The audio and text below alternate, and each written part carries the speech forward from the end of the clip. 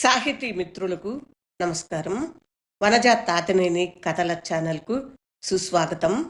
విభిన్న కథల సమాహారం వనజ తాతినేని.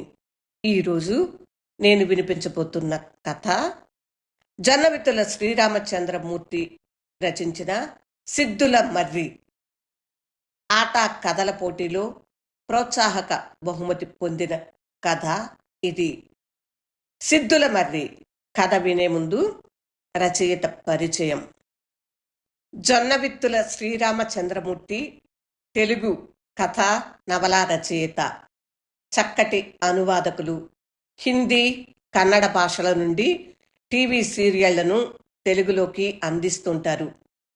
అమెరికన్ తెలుగు అసోసియేషన్ వారి నవలల పోటీల్లో వలసదేవర నవలకి మొదటి బహుమతి, జంగమదేవర నవలకి సంయుక్త ఆంధ్రప్రదేశ్ భాషా సాంస్కృతిక శాఖ వారి నవలల పోటీలో బహుమతులు పొందారు. ఇవి కాకుండా అంతర్యామి, సాక్షాత్కారం నవలలు, the death of last Indian, ఈ కథకి శిల్పం లేదు, 101వ మార్కు, తెలకోవెల కథా సంపుటాలను వెలువరించారు. అప్పాజేసుల విష్ణుభట్ల ఫౌండేషన్, తెల్సా, ముల్కనూరు సాహితీపీఠం, కౌముది, రచన, ఆంధ్రప్రభ, స్వాతి మొదలైన పత్రికలు, సంస్థల వారి నుండి దాదాపు 40 కథలకు వివిధ సందర్భాలలో బహుమతులను పొందారు.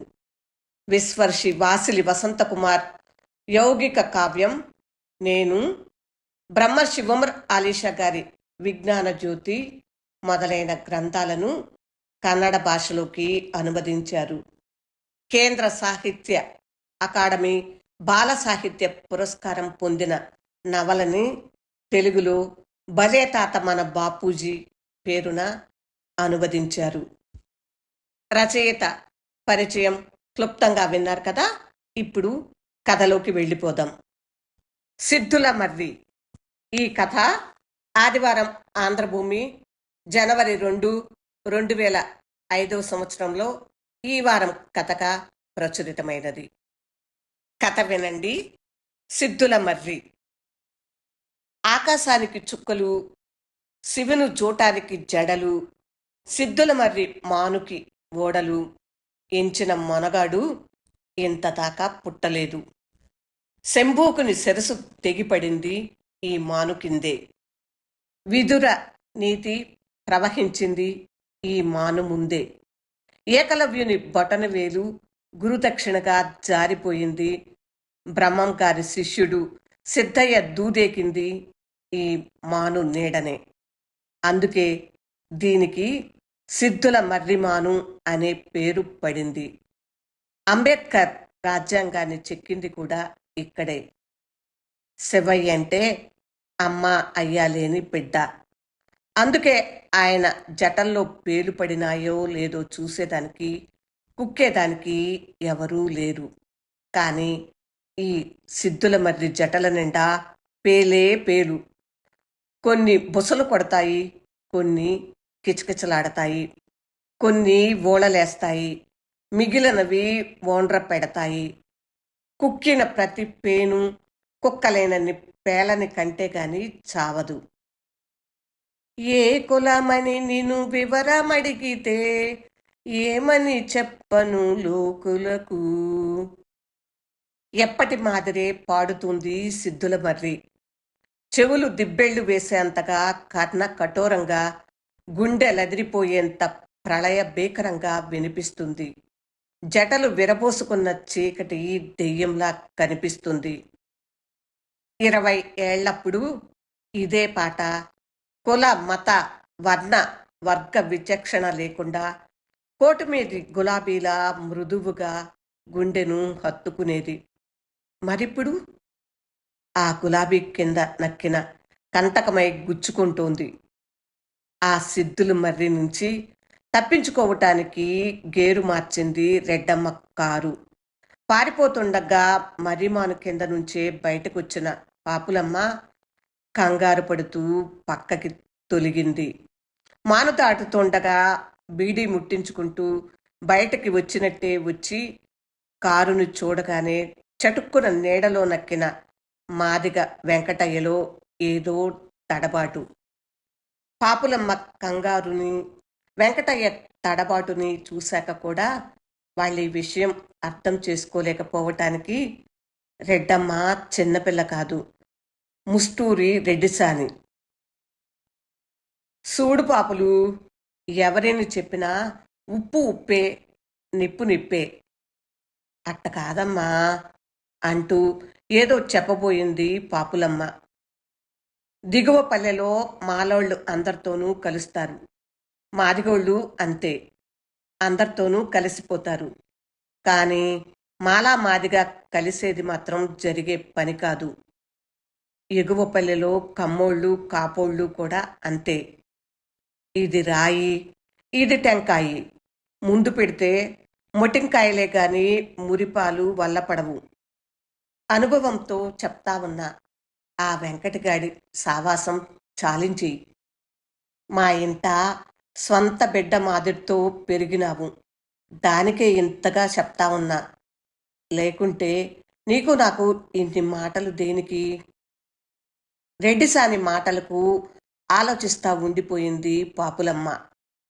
ఆమెనంతకన్నా ఆలోచించనివ్వటం రెడ్డమ్మకిష్టం లేదు. అందుకే మనసు చంపుకునేది ఎంత కష్టం అనేది నాకు తెలుసు. అయిందేమో అయిపోయింది, ఇంకనైనా వాని మాట మరిచిపో.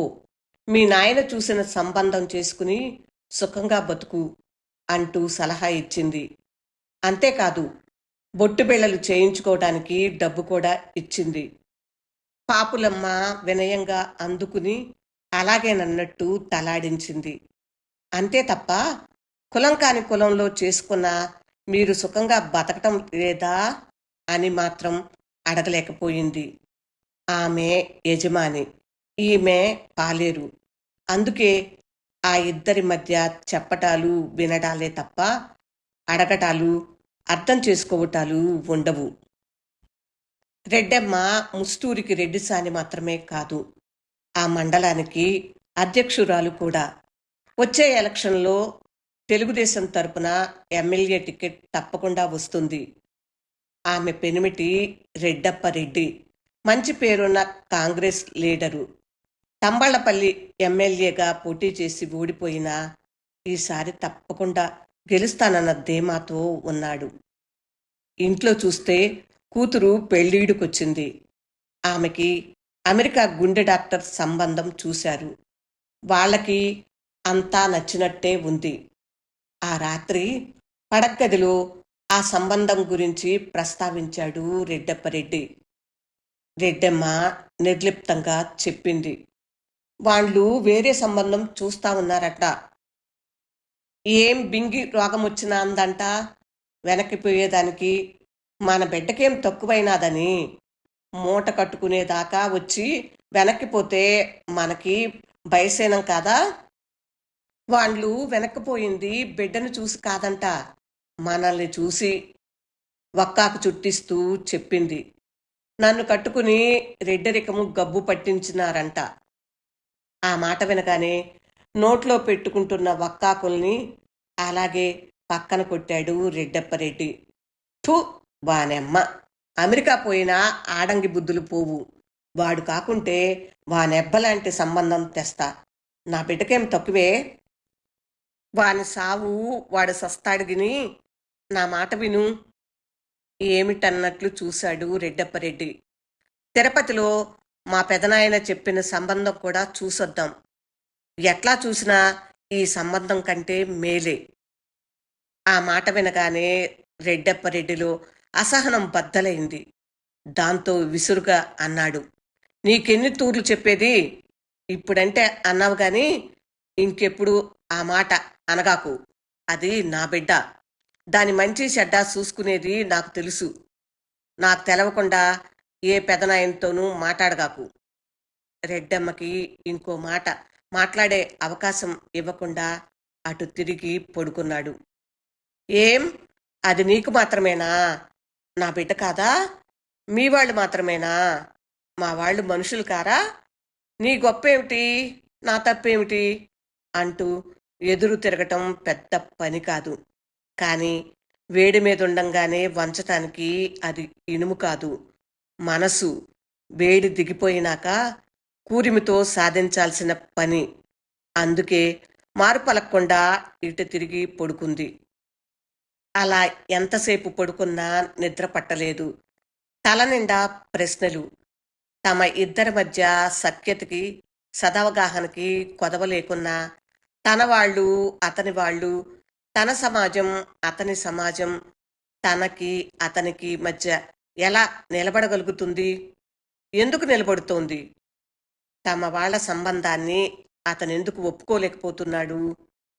తను మాత్రం అతని తరపు సంబంధాన్ని ఎందుకు అడ్డుకోవాలనుకుంటోంది? లోపం ఎక్కడుంది? ఆలోచనలు రగిల్చిన అసహనంతో ఇటు తిరిగింది. మంచం మీద ఉండాల్సిన భర్త పెరట్లో ఉన్నాడు. పడకుర్చీలో సిగరెట్టు కాలుస్తూ చుక్కల్లోకి చూస్తూ ఏదో వెతుక్కుంటున్నాడు. ఏ కులమని నన్ను వివరమడిగితే ఏమని చెప్పుదు లోకులకు? సిద్ధుల మర్రిమాను ఎప్పట్లాగానే పాడుతూనే ఉంది. అలా పాడుతూ పాడుతూనే రెడ్డమ్మని జవాబులు అడుగుతూనే ఉంది. అలా అడుగుతూ అడుగుతూనే ఆమెని 20 ఏళ్ల నాటి గతానికి లాక్కుపోయింది. చిన్నకమ్మపల్లి నుంచి మర్రిమాను దావన ముస్తూరికొచ్చి చదువుకుంటూ ఉండే రెడ్డమ్మ. రెడ్డమ్మంటే అందానికి అందం, గుణానికి గుణం, అణుకువకి అణకువ. అలాంటి అమ్మాయి ఎదురు పడాలే గాని మనసు పడని మగాడు మగాడే కాదు. అయినా సరే ముస్తూరిలో ఎవ్వరి చూపు ఆమె మీద పడలేదు. దేనికంటే ముస్తూరి రెడ్డివారి పల్లె అంటే కాపోళ్ల రాజ్యం. రెడ్డమ్మ కమ్మ ఇంటి బిడ్డ. కమ్మోళ్ళకి కాపోళ్ళకి నడుము సంబంధం నీళ్లకి తామరాకుకి ఉండే సంబంధం లాంటిదే. ఉండేది నీళ్లలోనే. అయినా మీద ఒక్క చుక్కని కూడా నిలవనివ్వదు తామరాకు. అలాంటప్పుడు పొగసాటోళ్ల ఆడబిడ్డ రెడ్డివారి పల్లికి వచ్చినప్పుడు ఏదైనా ఎక్కువ తక్కువలు జరిగితే రెడ్డరికానికి ఎంత చిన్నతనం. అందుకే కమ్మబిడ్డంటే స్వంత ఆడబిడ్డ మాదిరి. అందుకే ఏ 2 కళ్ళు ఆమె వైపు తిరగలేదు. అందుకే రెడ్డమ్మ ఓ మంచి ముహూర్తం చూసుకుంది. తనే ఓ వాలుచూపు విసిరింది. ఇంకా అప్పుడు కూడా అందుకోకుంటే కోరమేసం ఉండి ఏం గుణం? అందుకే రెడ్డప్పరెడ్డి కూడా కన్ను కలిపాడు. అందుకే ఇద్దరికీ మర్రిమాను సాక్షిగా మనసైంది. అంతలోనే పరీక్షలు అయిపోయాయి. ఇంక చదువుల వంకన రోజు ముస్తూరికి వచ్చే అవకాశం లేదు. రెడ్డప్పరెడ్డిని కలిసే అవకాశం కల్పించుకుంటే తప్ప కలగని పరిస్థితి. విషయం గాని పొక్కిందా ఇంకా ఏ అవకాశము కల్పించుకున్నా కలగదు. అందుకే ఇద్దరి మధ్య చూపులు కూడా కరువైపోయాయి. ఎన్టీ రామారావు తన కూతుర్ని చంద్రగిరికి ఇచ్చేంత వరకు ఆ పక్క కమ్మోళ్ళంతా కమ్మోళ్ళుగానే ఉండేవాళ్ళు. అప్పటినుంచి మెల్లమెల్లగా తెల్ల పంచెలు, కద్దరు చొక్కాలు, కిడ్రు చెప్పులు సంబరాలకు మాత్రమే కాకుండా మామూలుగా వాడకం మొదలైంది.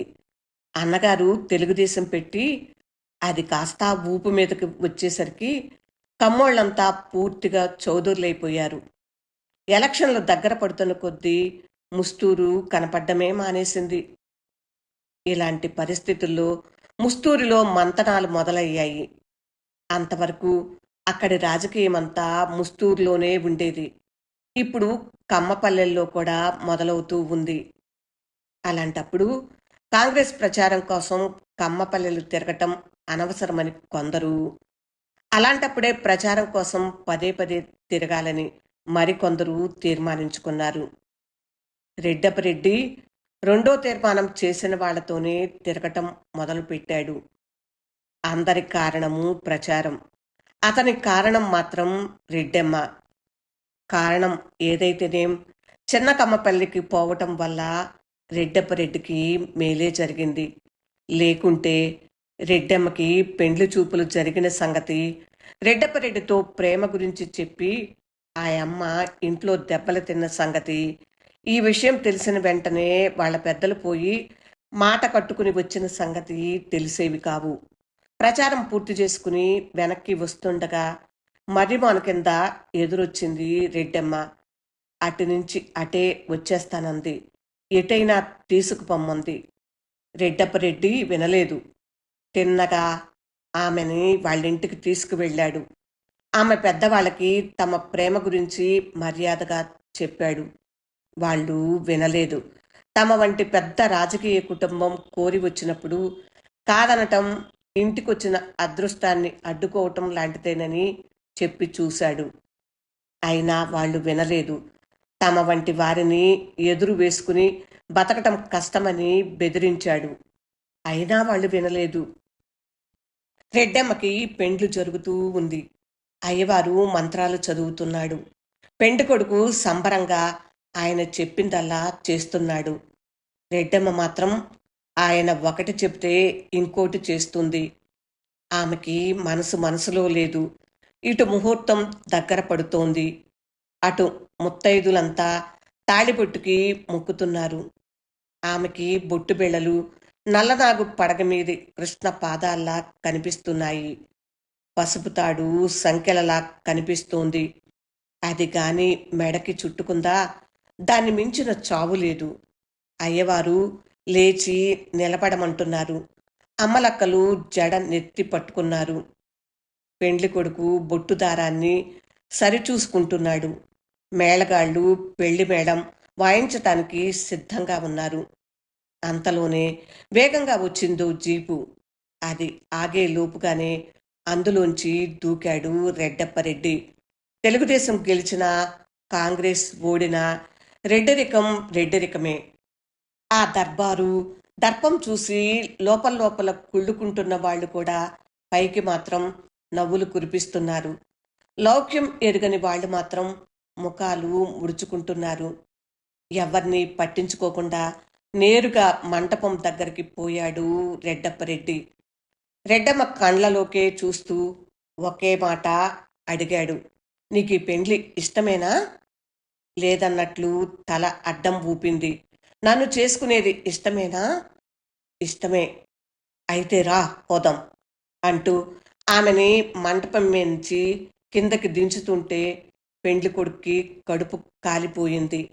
నా పెండ్లాన్ని పిలుచుకుని పోయేదానికి నువ్వెవడ్రా అంటూ రెడ్డప్పరెడ్డి మీదకి విరగబడినాడు. రెడ్డప్పరెడ్డి తిరగబడినాడు. అంతే. టెంకాయ పట్టలు కొట్టడానికి పెట్టిన మచ్చు కొడవలని అందుకున్నాడు. అదే ఊపు మీద పెండ్లి కొడుకు తల తెగ నరికినాడు. మొండెం నేలపడి కొట్టుకుంటానే ఉంది. దాన్నలా వదిలేసి పెండ్లి కొడుకు తలని మండపంలో గౌరమ్మ ముందు పెట్టినాడు. ఒకే ఒక్క మాట అడిగినాడు. ఎవరు రెడ్డమ్మ మొగుడు? నువ్వా నేనా? పెండ్లి కొడుకు తల భయంతో పలికింది. నువ్వే నువ్వే అలా 2 సార్లు పలికి గమ్ము నుండిపోయింది. ఆ కళ్ళల్లో మాత్రం అదే భయం. జరిగిందేమిటో అక్కడున్న వారికి అర్థమయ్యే లోపే రెడ్డమ్మ మెడలో తాళి కట్టేశాడు. అదే ఊపులో ఆమెని లాక్కుపోయి జీపెక్కించాడు. దూరం నుంచి వస్తున్న జీపుని గమనించింది మర్రిమాను. బడిరా రెడ్డి, బళా! కులం కంటే గుణం గొప్పదని చూపినావురా, మనిషి కంటే మనసు గొప్పదని చాటినవురా అంటూ పరిపరి విధాలుగా అభినందిస్తూ పాడుతుంది. ఏ కులమని నన్ను వివరమడిగితే మర్రిమాను దాటేలోపే ఎదురుపడింది పోలీసు జీపు. దాన్ని చూడగానే రెడ్డమ్మ బాధ్యతని డ్రైవర్కి అప్పగించాడు. తన భార్యగా రెడ్డమ్మకి ఎలాంటి ఇబ్బంది కలగకుండా చూసుకోమన్నట్టు తన మాటగా తన వారందరికీ చెప్పమన్నాడు. డ్రైవర్ తప్పించుకుపోమ్మని చెప్పినా వినకుండా పోలీసులకి లొంగిపోయాడు. అప్పుడు కమ్మరెడ్డమ్మ, ఇప్పుడు రెడ్డిసాని. అదే ముస్తూరు, అదే రెట్టరికం, అదే దర్బారు, అదే నడక, అదే నడత. అయినా సరే తాళిబొట్టు పడిన తర్వాత ఏదో తెలియని దగ్గరతనం, ఇది అని చెప్పలేని ఆత్మీయత. తేడా వచ్చింది. ఆ కలువ రేకుల్లాంటి కన్నుల్లో కాదు, ఆ కళ్ళు చూస్తున్న చూపులు. అందుకే అంతవరకు ఒకసాటోళ్ళుగా ఉన్నవాళ్లే అయినోళ్ళుగా కనిపిస్తున్నారు. ఈ కొత్త అయిన వాళ్ళని ఆ కొత్త చూపుతో అర్థం చేసుకుంటూ ఉండగానే రెడ్డమ్మ నెల తప్పింది. జైలుకెళ్ళి ఆ శుభవార్త చెప్పగానే మేసం మెలితిప్పాడు. ఆరోగ్యం జాగ్రత్తగా చూసుకోమని పదే పదే చెప్పాడు. కూతురు పుట్టిందని తెలియగానే రెడ్డమ్మని మాట వరసకు కూడా సలహా అడగకుండానే తన తల్లి పేరునే కూతురికి పెడుతున్నట్లు ప్రకటించాడు. కూతురు పుట్టిన ఆనందంలో తన మాట మరిచిపోయాడని సరిపెట్టుకుంది రెడ్డమ్మ. రెడ్డప్పరెడ్డి కుటుంబం అంటే ఆ చుట్టుపక్కల రాజకీయాలకి కేంద్ర బిందువు. అలాంటి కుటుంబంలోకి ఓ కమ్మ ఇంటి ఆడపడుచు కోడలిగా రావటం, అదే సమయంలో తెలుగుదేశం అధికారంలోకి రావటం కాకతాళీయం. మండలాలు పడినప్పుడు రెడ్డమ్మకి తెలుగుదేశం తీర్థం ఇప్పించారు. మండలాధ్యక్షురాలిగా పోటీకి నిలబెట్టారు. రెడ్డమ్మ రెడ్డిసాని కాబట్టి కాపాళ్ల ఓట్లు, రెడ్డేరిపల్లెల దిగువ పల్లెల ఓట్లు పడ్డాయి. పుట్టుకతో కమ్మవారింటి ఆడబడుచు కాబట్టి కమ్మ పల్లెల ఓట్లు, వాటి దిగువ పల్లెల ఓట్లు పడ్డాయి. దాంతో పాపం ఆమెపై పోటీకి నిలబడిన ఆయనకి డిపాజిట్ కూడా దక్కలేదు. ఎలక్షన్లకి, కులాలకి, ఆర్థిక లావాదేవీలకి, సామాజిక కట్టుబాట్లకి మధ్యనున్న సంబంధాలు అర్థం కాని వయసులోనే వాటి ఫలాల్ని అందిపుచ్చుకుని పిన్న వయసులోనే మండలాధ్యక్షురాలిగా స్థిరపడిపోయింది. రెడ్డప్పరెడ్డి విడుదలయ్యాడు. ముస్తూరంతా పండగ చేసుకుంది. రెడ్డమ్మ సంతోషానికైతే పగ్గాలే లేవు. అంతకాలంగా రెడ్డిసాని హోదానైతే అనుభవిస్తుంది కానీ అవతరించింది మాత్రం అప్పటి నుంచే. ఆలుమొగలంటే ఆ ఇద్దరిలా ఉండాలని ఊరు వాడ చెప్పుకునేవారు. మనసులు కలవాలే గాని పులి మేక ఒకటైపోతాయనే సామెత వాళ్లతోనే పుట్టింది. ఆ ఇద్దరిలో ఎవరు ఎంతగా ఒకటైపోయినా రెడ్డప్పరెడ్డి మాత్రం కాంగ్రెస్ పార్టీని వదిలిపెట్టలేదు. మండల అధ్యక్షురాలిగా రెడ్డమ్మ చిన్నకమ్మ పెళ్లికి చిన్న చితక సౌకర్యాలను కల్పించడమే కాదు, అయిన వాళ్ళకి కొద్దో గొప్పో సంపాదించుకునే అవకాశం కూడా కల్పించింది. ఆ క్రమంలో భాగంగా హంద్రీనీవా సుజల స్రవంతి పనులని తన అన్నగారికి ఇప్పించుకుంది. ఈలోగా అధికార మార్పిడి జరిగి తెలుగుదేశం పోయి కాంగ్రెస్ వచ్చింది. తెలుగుదేశం పథకాలని తల్లకిందులు చేయకపోతే అది కాంగ్రెస్ ఎందుకు అవుతుంది? అందుకే ఎక్కడి పనులు అక్కడే ఆగిపోయాయి. అలా ఆగిపోయిన పనుల్లో హంద్రీనీవా ఒకటి. పనులనేవి అయిన వాళ్ళకి ఇప్పించుకోవటానికే ఉంటాయి. అలాంటి పనుల్ని ఆపుచేయటం తెలివైన పని కాదు. అందుకే ప్రాజెక్ట్ పేరు మార్చారు, పనుల్ని పునరుద్ధరించారు. ఈసారి రెడ్డప్పరెడ్డి పలుకుబడిని ఉపయోగించి అదే హంద్రీనీవా పనుల్ని తన మేనమామకి ఇప్పించుకున్నాడు. ఆ విషయం తెలిసిన రెడ్డమ్మ ఆ రాత్రి అతడిని దగ్గరికి చేరనివ్వలేదు. ఆమెను బుజ్జగించే ప్రయత్నంలో తన మేనమామ ఎన్ని కష్టాల్లో ఉన్నది వివరించాడు. అయినా ఆమెలో మార్పు రాలేదు. ఆ రాత్రి మంచానికి ఆమె అటు, ఈయనిటు. నేను నువ్వు ఒకటే కావచ్చు, కానీ నేను నా వాళ్ళు లేరన్న భావం ఆయన కళ్ళల్లో ఆమెకి, ఆమె కళ్ళల్లో ఆయనకి కనిపించింది. అందుకే ఇద్దరి కళ్ళు ఒకటే అయినా చూపులు మాత్రం వేరవుతున్నాయి. మనిషి ఆలోచనలు లాగిపోవచ్చు, అవగాహన మారిపోవచ్చు, కానీ కాలం మాత్రం ఆగదు.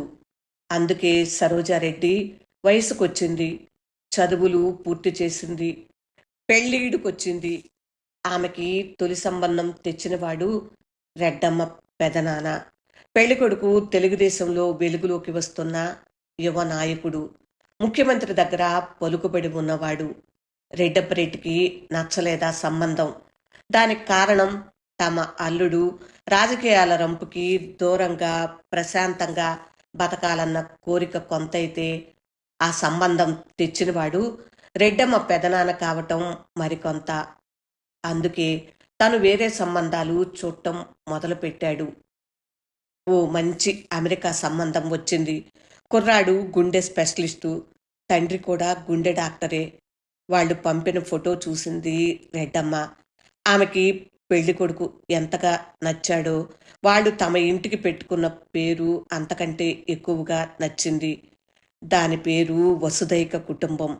దాన్ని చూశాక తమ బిడ్డ చేరవలసిన సరైన చోటు అదేననుకుంది. పెళ్లి చూపులయ్యాయి. వరస చూస్తుంటే అంతా నచ్చినట్లే ఉంది. వాళ్ళు, వాళ్ళ పద్ధతులు ఉదయ సంధ్యకి, సాయం సంధ్యకెంజాయిలద్దినట్లు ఉన్నాయి. వాళ్ళ తెలుగు ఇంగ్లీష్‌లా ఉంది. వాళ్ళ ఇంగ్లీషు అంతే తెలుగులా ఉంది. మంచి రోజు చూసుకుని వచ్చి తాంబూలాలు పుచ్చుకుంటామని చెప్పి వెళ్ళారు. ఆ పెళ్ళికొడుకు పేరు చంద్రారెడ్డి కావటం యాదృచ్ఛికం కాదు. అందుకే మర్రిమాను తెల్లబోయింది. తెల్లబోతేనేం, కొల్లబోతేనేం, పాట మాత్రం ఆపదుగాక ఆపదు.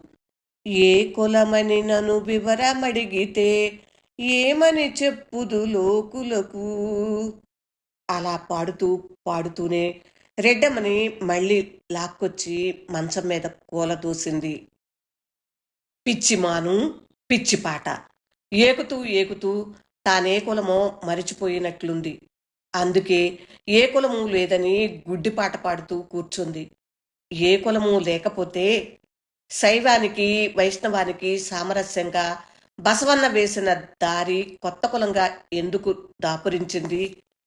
ఏ కులము లేకుంటే హైందవానికి మహమ్మదీయానికి వారధిగా నిలిచిన గురునానక్ మత ప్రవక్తగా ఎందుకు మారాడు?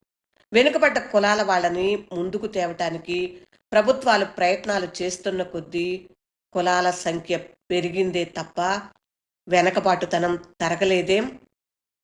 అన్ని దేనికి అమెరికా దాకా అభివృద్ధి చెందిపోయిన ఆ వసుదైక కుటుంబం గాళ్ళు తాంబూలాలకి బదులుగా వాళ్ళ మనసునెందుకు మార్చుకున్నారు? అసలు ఏ కులము లేకపోతే ఆయనకి కమ్మ భార్య కమ్మగా ఉంది కానీ కమ్మ అల్లుడెందుకు రుచించటం లేదెందుకు? తనకి మాత్రం పెదనాయన చూసిన సంబంధాన్ని చెయ్యాలని ఎందుకు అనిపిస్తుంది? ప్రశ్నలు, ప్రశ్నలు, ప్రశ్నలు. తన మీదకి తాను సంధించుకుంటున్న కొద్దీ మెదడు అక్షయ తూణీరం అయిపోతుంది. పాపులమ్మ తమ ఇంట్లో తమ స్వంత బిడ్డలా పెరిగింది. ఆమె గనక వెంకటయ్యను కట్టుకుంటే ఆమెని ఇవే ప్రశ్నలు వెంటాడుతాయి. అలాంటి మొండి ప్రశ్నల బారి నుంచి ఆమెను రక్షించానన్నదే రెడ్డమ్మకి ఊరట. భర్త ఏం చేస్తున్నాడోనని మళ్ళీ బయటికి చూసింది. రెడ్డప్పరెడ్డి సిగరెట్టు మారింది కానీ ఆరింది కాదు. పడక్కుర్చీలోనే ఉన్నాడు. ఆకాశంలో చుక్కల్ని లెక్కిస్తూనే ఉన్నాడు. మరుసటి రోజు మామూలుగా తెల్లవారలేదు. మర్రిమానులోని కాకులన్నీ ఊరంతా కోళ్ళై కూశాయి. పాపులమ్మ లేచిపోయింది. వెంకటయ్య లేపుకుపోయాడు. అయినా పొగసాటోళ్ళకి ప్రేమేంది? ప్రేమ ప్రేమ చింతకాయ అంతా వేడి.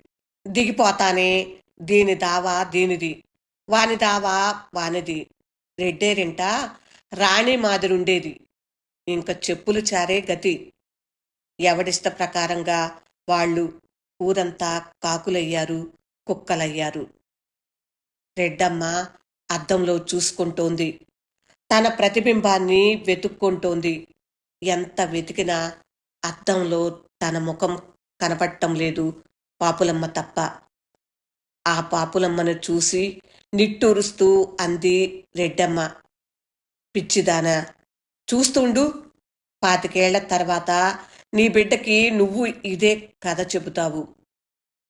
దానికి పాపులమ్మ తడుముకోకుండా ఇచ్చింది సమాధానం. అన్ని కథలు నీ కథ మాదిరే దేనికుంటాయి కమ్మరెడ్డి సానెమ్మ. దేని కథ దానికుంటుంది. ఆ సమాధానం వినగానే టక్కున పాట నాపేసింది సిద్ధుల మర్రిమాను. సిద్ధుల మర్రి. జొన్నవిత్తుల శ్రీరామచంద్రమూర్తి రచన విన్నారు కదా. ఈ కథ ఆట కథల పోటీలో ప్రోత్సాహక బహుమతి పొందిన కథ. 2005 సంవత్సరం జనవరి 2 ఆదివారం ఆంధ్రభూమి. ఈ వారం కథగా ఈ కథ ప్రచురితమైంది. కథ మీకు నచ్చిందా ఫ్రెండ్స్?